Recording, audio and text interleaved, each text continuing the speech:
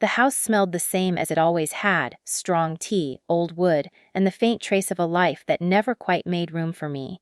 I stood just inside the doorway, suitcase still in my hand, wondering why I had even come back. Family gatherings always promised warmth and delivered something colder. "Hey, you're late," my mother said from the living room, not looking up from her phone. "Traffic," I replied automatically, though the road had been empty. Excuses came easier than truth in this house. I set my bag down and scanned the room. My sister sat cross-legged on the couch, scrolling endlessly, her feet propped up on the coffee table like she owned the place. Maybe she did. She smiled at me, sweet, careless, untouched by guilt. Then the front door creaked again. "Everyone's here already." Grandpa's voice boomed, warm and familiar. I turned, my chest tightening. Grandpa was the only reason I'd come. He leaned on his cane, eyes sharp despite his age, presence filling the room the way authority always does when it's earned, not demanded. "There you are," he said, smiling at me. "Come here." I hugged him, breathing in the scent of his aftershave and memories of summers when he was the one who listened, the one who noticed. He stepped back, studying me carefully. "You look tired," he said. "I'm fine," I replied like I always did. His eyes drifted past me toward the driveway, visible through the front window. His brow creased slightly. "Where's your sous vide?" he asked casually. The question sliced through the air. I felt my throat close. My fingers curled into my sleeves, nails digging into fabric. I hadn't prepared an answer because I never imagined this moment, never imagined him finding out this way. I started, but my mother spoke first. "Oh, that," she said lightly, waving her hand. "I gave it to your sister." Time slowed. Grandpa blinked. "You did what?" "She needed it more," Mom continued, as if explaining why she switched brands of milk. "You know how things are for her right now." My sister finally looked up, eyes wide for half a second before she masked it with an innocent shrug. "It's just temporary," she said. "Relax. Temporary. Just like everything else taken from me." Grandpa turned to me. "Is that true?" I nodded, forcing the motion past the lump in my throat. "I don't have it anymore." His jaw tightened. He said nothing, but the silence he carried was heavier than shouting. "That SUV," he said slowly, "was a gift." Mom scoffed. "Cars can be shared. Families help each other." I stared at the floor. Shared meant taken. Help meant obligation. Family meant I was expected to understand. That SUV wasn't just transportation. It was proof. Proof that someone saw my effort. Proof that all the nights working late, all the sacrifices had meaning. Grandpa had handed me the keys with a proud smile and said, "You earned this." Now it was gone, handed over without a word. "When did this happen?" Grandpa asked. "Months ago," Mom replied. "Months. And no one thought to tell me it was wrong." I remembered that day clearly. The empty driveway, the panic, my mother's voice sharp with irritation when I asked. "You don't need it as much," she'd said. "Why are you being selfish?" Selfish. For wanting to keep something that was mine. Grandpa sat down slowly, his cane resting against his knee. He studied my sister, then my mother, then me. "And you agreed to this?" he asked gently. What could I say? That I was tired, that fighting never changed anything, that I had spent my whole life being the reasonable one while everyone else took. "I didn't have a choice," I said quietly. My mother sighed dramatically. "See, she understands." Grandpa didn't respond, he just nodded once thoughtfully. Dinner was served, but the food tasted like nothing. Laughter floated around the table, forced and loud, while something unspoken thickened the air. Grandpa barely touched his plate. Every now and then, I caught him watching me, not with pity, but with something sharper. Calculation, memory. When the evening ended and people began to drift away, Grandpa stopped me near the door. "Come see me tomorrow morning," he said softly. "Just you." I nodded, unsure why my heart was pounding. As I stepped outside, the driveway was empty where my SUV used to be. For the first time, I realized something important. Grandpa hadn't forgotten his gift. And he hadn't missed the betrayal either. I barely slept that night.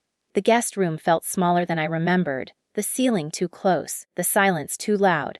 Every time I closed my eyes, I saw Grandpa's face when he heard the truth, how his warmth dimmed into something quiet and dangerous. Not anger. Disappointment. The kind that doesn't fade. Morning came without rest. I lay there staring at the wall, listening to the familiar sounds of the house waking up. My sister's laughter, my mother's footsteps, the clink of dishes. The same soundtrack I'd grown up with, the same reminder that no matter how old I got, I was still invisible here. I slipped out early and drove to Grandpa's place in a borrowed car.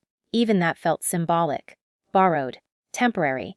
Like everything I was allowed to have. His house sat at the edge of town, calm and sturdy, just like him. When I knocked, he opened the door almost immediately, as if he'd been waiting behind it. "Come in," he said, stepping aside. We sat at the kitchen table. Sunlight spilled through the window, catching the dust in the air. Grandpa poured tea without asking, the way he always did. "You've been carrying this for a long time," he said, not looking up. I stared at the steam rising from my cup. Carrying what? He finally met my eyes, being the one who gives. And gives. Something inside me cracked. Memories rushed in, uninvited. Childhood afternoons where I did my homework alone while my sister was praised for half the effort. Birthdays where her gifts were extravagant and mine were practical. College years when I worked late shifts and sent money home, told it was temporary help. "You're strong," Mom would say. "You don't need much," she'd say. "You'll understand," she always said. Understanding became my prison. I didn't want to make things harder. I whispered, "They already think I complain too much." Grandpa's hand tightened around his cup. "Who taught you that?" I didn't answer. We both knew. I told him everything then, about the time I paid the electricity bill when Mom forgot, about selling my jewelry to help my sister cover rent, about being asked, expected, to sacrifice because I was more capable. "And the SUV," I said quietly. It was the first time I felt chosen. Grandpa closed his eyes briefly. "That's why I gave it to you." He explained something I'd never known. He'd watched me for years, noticed who showed up, who never asked for credit, who absorbed blame so others could stay comfortable. "The car wasn't a favor," he said. "It was a statement." I swallowed hard. "Then why does it feel like I failed? Because they made you believe generosity is the same as weakness." The words settled deep. I realized then that the betrayal wasn't just about the SUV, it was about years of quiet permission. I had taught them how to treat me by never saying no. When I returned to my mother's house later that day, the atmosphere had shifted. My sister avoided my eyes. My mother was tense, overly polite. "Did you talk to your grandfather?" she asked too casually. "Yes," I replied. She pressed her lips together. "He doesn't need to get involved in family matters." I almost laughed. That night, I packed my things. Every folded shirt felt like reclaiming a piece of myself. My sister lingered in the doorway. "You're not really upset about the car, are you?" she asked. "It's just a thing." I met her gaze calmly. It was never just a thing. She didn't understand. Maybe she never would. As I zipped my bag, I realized something else. The SUV hadn't been stolen in a single moment. It had been taken piece by piece. Every time I stayed silent, every time I chose peace over truth. But silence had a cost, and for the first time I felt it lifting, because Grandpa had seen through the quiet. And once the truth is seen, it can't be unseen, not by him, and not by me. The next afternoon, Grandpa asked all of us to come to his house. That alone was enough to make my stomach tighten. He never summoned people unless something mattered. My mother drove in silence, hands gripping the steering wheel. My sister sat beside her, unusually quiet, tapping her nails against her phone like she could tap her way out of whatever was coming. I followed in my borrowed car, the distance between us feeling symbolic, separate paths that would never quite meet again. Grandpa's living room was neat and orderly, every photograph on the wall telling a story of family, legacy, and choices made long before we understood their weight. He stood near the window when we arrived, cane resting beside him, posture straight despite his age. "Sit," he said simply. We obeyed. He looked at my mother first. "When did you decide it was acceptable to give away something that wasn't yours?" Mom crossed her arms. "I'm her mother. I did what was best for the family." Grandpa's gaze didn't waver. "You did what was easiest." My sister shifted uncomfortably. "Grandpa, I didn't ask for this." "Mom just accepted it," he cut in, without question. Silence fell like a heavy curtain.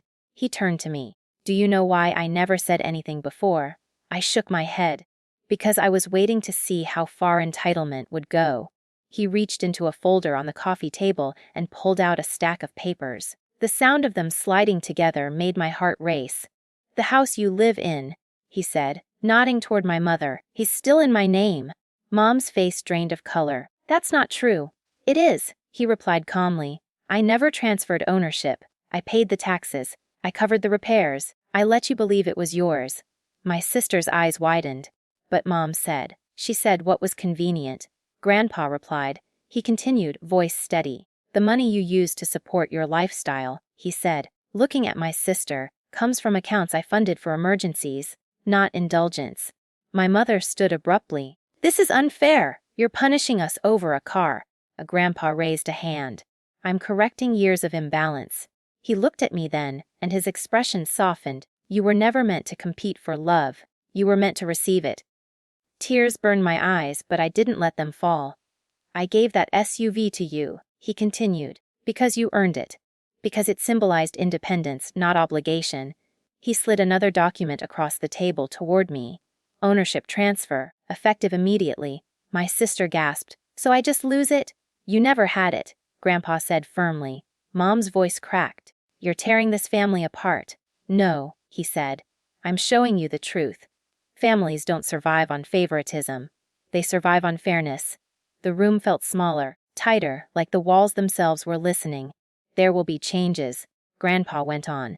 "Financial support will end. The house will be reevaluated. Boundaries will be respected." My mother sank back into her chair, stunned. For the first time in my life, someone had said the things I was never allowed to. As we stood to leave, Grandpa stopped me at the door. "You don't owe anyone your silence," he said quietly. "And you don't owe me gratitude. Just live well." Outside, the sky was heavy with clouds, but I felt lighter than I ever had. Behind me, my sister argued. My mother cried. I walked away, not because I had won, but because the truth finally had. The changes didn't happen all at once. They arrived quietly, the way truth usually does, unannounced, unstoppable, and impossible to ignore. A week after Grandpa's meeting, my sister called me for the first time in months. Her voice was sharp, brittle. "You knew this would happen, didn't you?" she accused. I leaned against the window of my small apartment, the one Grandpa had helped me find. Sunlight filled the room, warm and honest. "No," I said calmly. "I knew it was wrong. There's a difference." She hung up without another word. My mother didn't call at all. Instead, I heard things through relatives. The accounts frozen, the house reassessed, the sudden weight of consequences they'd never carried before. For years, I had imagined revenge as something loud, arguments, public shame, victory speeches. This wasn't that. This was quiet, and it was kinder than anger ever could be. Grandpa visited often. We drank tea, talked about nothing important, and everything that was. "Do you regret it?" he asked one afternoon, watching birds gather on the fence outside. I knew what he meant. "No," I answered. "But I don't hate them either." He smiled. "That's how I know you're free." The SUV sat in his driveway, keys resting on the table between us. I hadn't taken it back yet. "You don't have to keep it," he said, noticing my hesitation. "I know," I replied, "but I want to choose this time." Choice, that was the real gift. When I finally drove it again, my hands trembled on the steering wheel. Not from fear, but from the realization that something had shifted forever. The road ahead felt open in a way it never had before. I didn't return to my mother's house. She sent a message weeks later. I did what I thought was right. I stared at the screen for a long time, then replied, "So did I." That was all. The family adjusted. They always do. My sister found work. My mother learned the discomfort of limits. Grandpa remained steady, unmovable, fair. And me, I learned that being kind doesn't mean being silent. That sacrifice without consent is theft.